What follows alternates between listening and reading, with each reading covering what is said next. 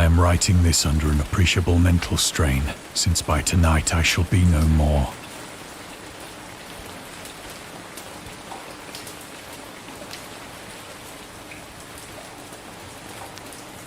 Penniless, and at the end of my supply of the drug which alone makes life endurable, I can bear the torture no longer, and shall cast myself from this garret window into the squalid street below. Do not think from my slavery to morphine that I am a weakling or a degenerate. When you have read these hastily scrawled pages, you may guess, though never fully realize, why it is that I must have forgetfulness or death.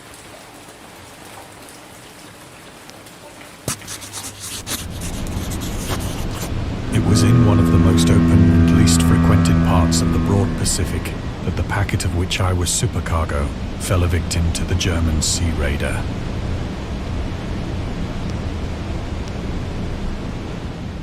The Great War was then at its very beginning, and the ocean forces of the Hun had not completely sunk to their later degradation, so that our vessel was made a legitimate prize, whilst we of her crew were treated with all the fairness and consideration due us as naval prisoners.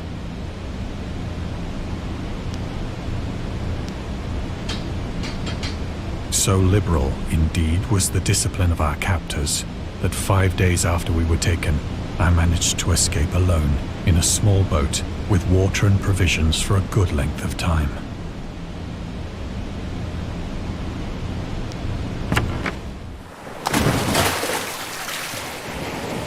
When I finally found myself adrift and free, I had but little idea of my surroundings. Never a competent navigator, I could only guess vaguely by the sun and stars that I was somewhat south of the equator. Of the longitude, I knew nothing, and no island or coastline was in sight.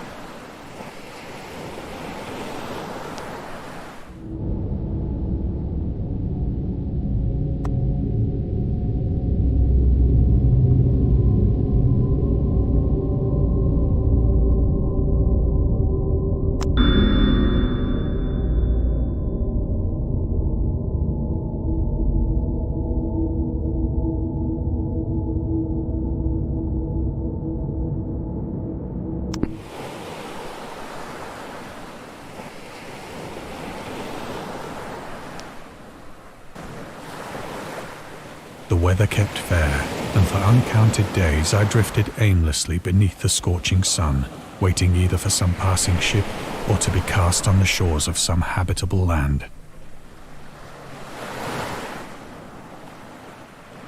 But neither ship nor land appeared, and I began to despair in my solitude upon the heaving vastness of unbroken blue. The change happened whilst I slept. Its details I shall never know, for my slumber, though troubled and dream-infested, was continuous.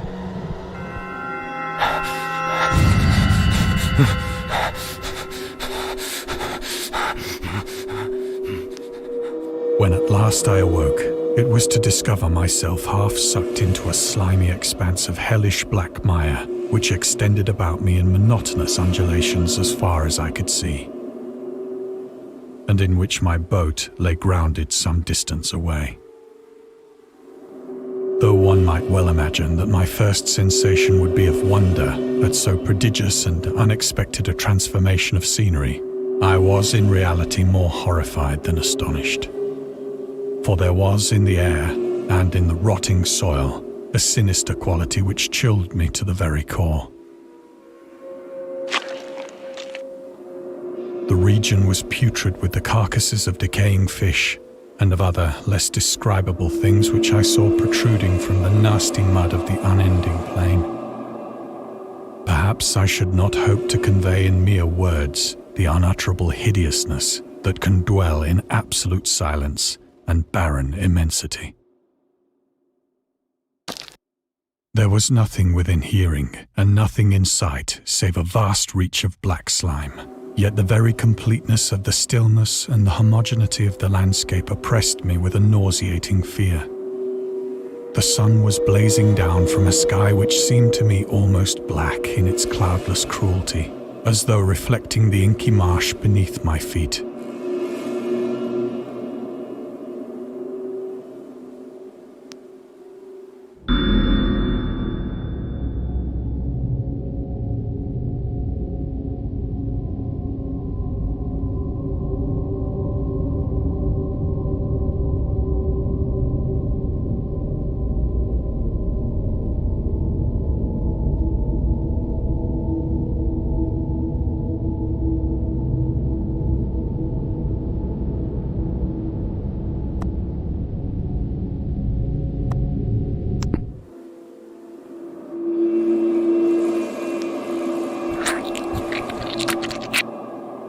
As I crawled into the stranded boat, I realized that only one theory could explain my position.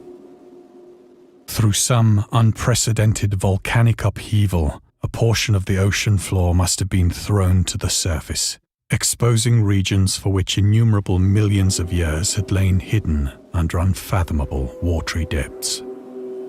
So great was the extent of the new land which had risen beneath me that I could not detect the faintest noise of the surging ocean, straining my ears as I might.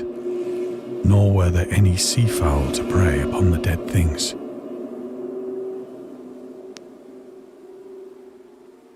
For several hours I sat thinking or brooding in the boat, which lay upon its side and afforded a slight shade as the sun moved across the heavens.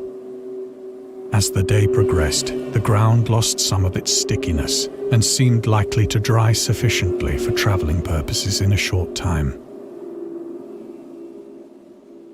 That night I slept but little, and the next day I made for myself a pack containing food and water, preparatory to an overland journey in search of the vanished sea and possible rescue.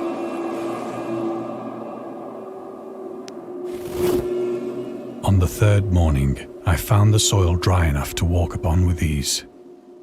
The odor of the fish was maddening, but I was too much concerned with graver things to mind so slight an evil, and set out boldly for an unknown goal.